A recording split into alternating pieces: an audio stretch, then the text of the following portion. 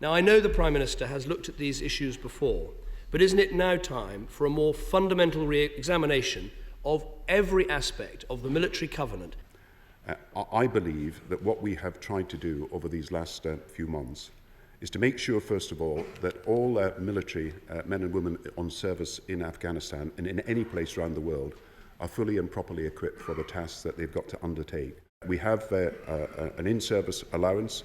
We have increased the facilities available to members' families for phone calls. We have done what we can to make sure that the pay of the armed forces rises faster than the pay of the rest of the community.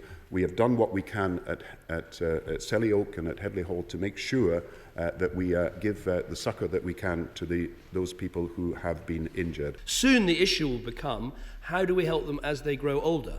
So-called recovery centres put forward by organisations like Help for Heroes are excellent proposals. There are some concerns that the government is a slightly slow-moving partner in this endeavour. As far as members of the forces who retire or who are not able to serve longer in the armed forces, I am concerned that compensation arrangements are satisfactory, and that is why, after the recent court cases, the Secretary of State for Defence has set up a review headed by a former Chief of the Defence Staff to look at those issues of compensation. As well as the physical injuries, there are, of course, the mental scars. It's estimated that after the Falklands War, more service personnel actually committed suicide than died in that conflict.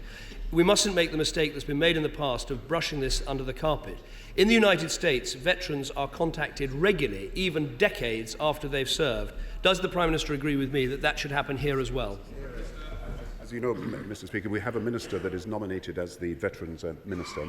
We try to keep in touch with all the veterans' organisations. I myself met the Royal British Legion recently.